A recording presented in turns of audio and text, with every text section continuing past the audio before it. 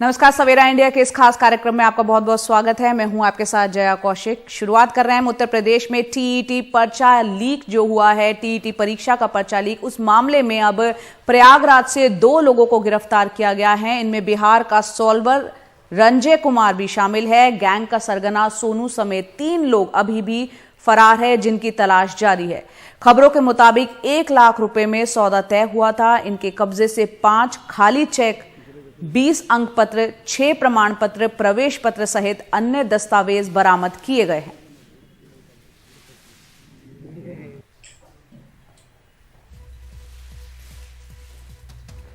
दरअसल उत्तर प्रदेश में टीईटी इम्तिहान का पर्चा लीक कराने में यूपी और बिहार के गैंग्स शामिल हैं, जिन्होंने इम्तिहान के पर्चे के लिए बनाई वाली कस्टडी चेन की खामियों का फायदा उठाकर पेपर लीक कराया। इसे 5-5 लाख में बेचा गया। यूपी में 2017 से अब तक करीब 1 दर्जन बार बड़े भर्ती इम्तिहानों के पर्चे लीक हो चुके हैं। यानी ये सिलसिला पुराना चला आ रहा है और इस मामले में अब तक 29 लोग गिरफ्तार किए जा चुके हैं।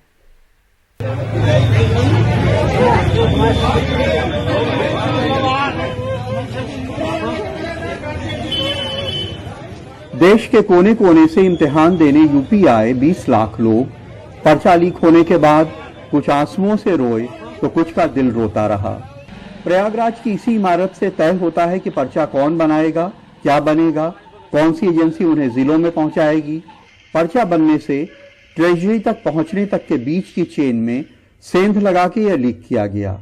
इसीलिए अब इससे जुड़े अफसर एसटीएफ की जांच के दायरे में हैं। बाकी हमारे जो प्राधिकारी हैं वो परीक्षा नियामक प्राधिकारी हैं प्रयागराज में, वैसे शिक्षा विभाग के अंतर्गत है, और ये जिम्मेदारी उन्हीं की होती है कि वो प्रश्न पत्र सेट कराएं, एजेंसी का चयन कराएं और फिर उसको जिलों की ट्रेजरी तक पहुंचाएं। ट्रेजरी से फिर व्यवस्था होती है कि परीक्षा वाले दिन सुबह ट्रेजरी से निकाल करके वो परीक्षा केंद्रों पे ले जाया जाता है। श्वेता मिश्रा जयपुर से 750 किलोमीटर सफर तय कर इम्तिहान देने प्रयागराज आई थी। इम्तिहान देने के बाद पता चला कि पर्चा लीक हो गया, सारी मेहनत बर्बाद हो गई। ये तो हर बार नहीं कर सकते ना कि आप इतने टाइम पे परीक्षा लो और कैंसिल कर दो। ऐसा तो है नहीं कि हमेशा वैकेंसी ही आती रहती है। वैकेंसी आने का चांस था कि हाँ वैकेंसी आएगी। अत्रि मुनि तो बिहार से आए थे इम्तिहान देने, फिर बिहार वापस जा रहे हैं। अब अगले इम्तिहान के लिए फिर तैयारी में जुटेंगे। पहले तो कुछ समय तक खर्च तक सही था, लेकिन अब तो हर परीक्षाएं में ही कुछ न कुछ मामला नकल, साइबर क्राइम के चलते वायरल, ये वो तमाम तरह की घटनाएं आ जा रही हैं। अब आदमी क्या करे, अब तो सरकार इसमें दोषी ही है, सर्वे सर्वा दोषी है। यूपी एसटीएफ ने करीब आधा दर्जन जिलों से इस मामले में 29 लोगों को गिरफ्तार किया है। उनकी निशानदेही पे और जगह दबिशें जारी हैं। इनमें लखनऊ में सचिवालय का एक कर्मचारी और प्रयागराज का एक टीचर भी शामिल है। इसमें उत्तर प्रदेश के अलावा बिहार के भी कुछ व्यक्ति पकड़े गए हैं और इसमें 2 तरह से चीजें की जाती हैं। या तो सॉल्वर गैंग के द्वारा पेपर लीक कराया जाता है या किसी अन्य सॉल्वर को बिठा के ये परीक्षाएं दी जाती हैं। यूपी में लंबे वक्त से तमाम छोटे बड़े इम्तिहानों और भर्ती इम्तिहानों के पर्चे लीक होते रहे हैं। इनमें सीपीएमटी से लेकर ट्यूबवेल ऑपरेटर तक के पर्चे शामिल हैं।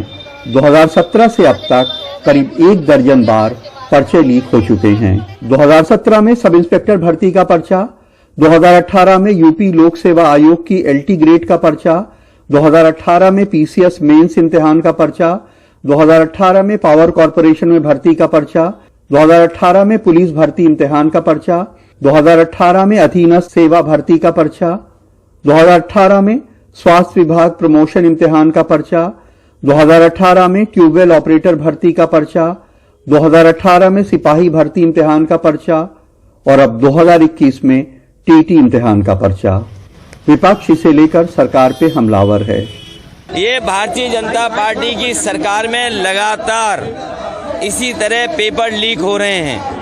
इसी तरीके से परीक्षाएं नहीं हो पा रही हैं। आने वाले समय में यही बेरोजगार नौजवान भारतीय जनता पार्टी के खिलाफ मतदान करेंगे और भारतीय जनता पार्टी का सफाया होगा। कुछ लोगों की करतूतों से 20 लाख लोग रो दिए और ये पर्चा लीक होने की घटनाएं बार बार होती हैं। यूपी के बेरोजगारों को इंसाफ दिलाने के लिए इस सिस्टम का ठीक होना बेइंतहा जरूरी है। प्रयागराज में नितिन गुप्ता और विनीत कुमार वर्मा के साथ कमाल खान, एनडीटीवी इंडिया।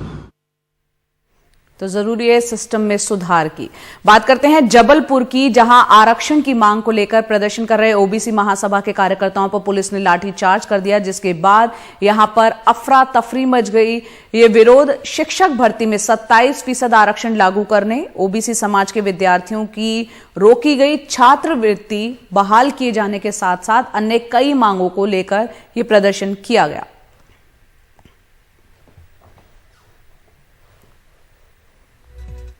कोरोना के नए वेरिएंट की बात करते हैं। साउथ अफ्रीका में मिले कोरोना के नए वेरिएंट के कारण पूरी दुनिया इस वक्त चिंताग्रस्त है और इसी बीच मुंबई के नजदीक डोंबिवली में साउथ अफ्रीका से लौटा एक शख्स कोविड पॉजिटिव मिला है। तो मुंबई से नजदीक भिवंडी के वृद्धाश्रम में 67 लोग कोरोना पॉजिटिव मिले हैं। बीएमसी ने सतर्कता बढ़ाते हुए नई गाइडलाइंस जारी कर दी है। कोविड जंबो सेंटर फिर से यहां पर अपने बेड्स की सुविधाओं को बढ़ा रहा है, साथ ही साथ स्टाफ की संख्या को भी बढ़ाया जा रहा है। मुंबई के नजदीक भिवंडी के वृद्धाश्रम में 67 लोग कोरोना पॉजिटिव पाए गए हैं। इनमें से 62 लोग कोविड वैक्सीन की दोनों डोज ले चुके थे। सभी ठाणे जिला अस्पताल में भर्ती हैं। सगळ्या लोकांनी वैक्सीन घेतलेली आहे, फक्त एकाच माणसाने एक डोज घेतला। इनमें से ज्यादातर लोगों ने टीके के दोनों डोज लिए हैं, इसलिए सब में कोरोना का हल्का लक्षण है। एहतियातन सभी को सिविल अस्पताल में भर्ती कराया गया है। सिर्फ 4 लोगों में ऑक्सीजन की कमी है, इसलिए उन्हें आईसीयू में भर्ती कराया गया है। घडू नये म्हणून आपण त्या सगळ्यांना सिव्हिलमध्ये ऍडमिट केलेलं आहे। वहीं दक्षिण अफ्रीका के केपटाउन से होकर ठाणे जिले के डोंबिवली में आया एक शख्स भी कोविड पॉजिटिव पाया गया है। इनके सैंपल को जीनोम सीक्वेंसिंग के लिए मुंबई के कस्तूरबा अस्पताल में भेजा गया है। ये किस वेरिएंट से संक्रमित हैं, इसकी रिपोर्ट आने में करीब 3 से 4 दिन लग सकते हैं। दक्षिण अफ्रीका में पाए गए इस वेरिएंट को लेकर मुंबई महाराष्ट्र में अलर्ट है। खाली पड़े मुंबई के कोविड जंबो सेंटर में बेड और स्टाफ बढ़ाने की तैयारी शुरू हो चुकी है। बीएमसी के दिशा निर्देशों के अनुसार यदि कोई विदेशी यात्री मुंबई में आता है तो उसकी ट्रैवल हिस्ट्री चेक की जाएगी। अगर वो किसी भी अफ्रीकी देश से आते हैं तो उनको होम आइसोलेशन अनिवार्य कर दिया गया है। इसी के साथ ही एयरपोर्ट पर ही नमूने जांच के लिए मेडिकल लैब भेजे जाएंगे। संभावित खतरों को देखते हुए स्वास्थ्य कर्मचारियों, दवाइयों का स्टॉक, ऑक्सीजन और प्लांट में उनके निर्माण से जुड़ी तैयारियां, बिजली, फायर ऑडिट और सुरक्षा संबंधी तैयारियों का जायजा लेने के लिए अधिकारियों को निर्देश दे दिए गए हैं। दुकान, मॉल और थिएटर में काम करने वाले स्टाफ को पूरी तरह से वैक्सीनेट होना अनिवार्य है, नहीं तो कार्रवाई की जाएगी। इस बात पर भी जोर दिया जा रहा है कि सार्वजनिक जगहों पर जाने वाले व्यक्ति कोविड वैक्सीन की दोनों डोज ले चुके हों। 30 म्यूटेशन स्पाइक प्रोटीन में हो चुके हैं और उसका वायरुलेंस डेल्टा से भी ज़्यादा है। तो अगर ज़रूरत पड़े तो सब लोगों ने रेडी रहना है और जम्बोज को प्रिपेयर्ड रखना है पूरी तरह, क्योंकि काफ़ी महीने जम्बोज में पेशेंट काफ़ी कम थे, डॉक्टर्स भी कम थे। तो आज सुबह से हम उसी पे काम कर रहे हैं और हम पूरी तैयारी बीकेसी की 2500 बेड की कुछ दिनों में कर दी। सारे इंटरनेशनल पैसेंजर्स का स्क्रीनिंग हो रहा है, टेस्टिंग हो रहा है और इन 8 देशों के लोगों को तो कंपलसरी क्वारंटाइन रखने के इंस्ट्रक्शंस महानगर पालिका दे चुकी है।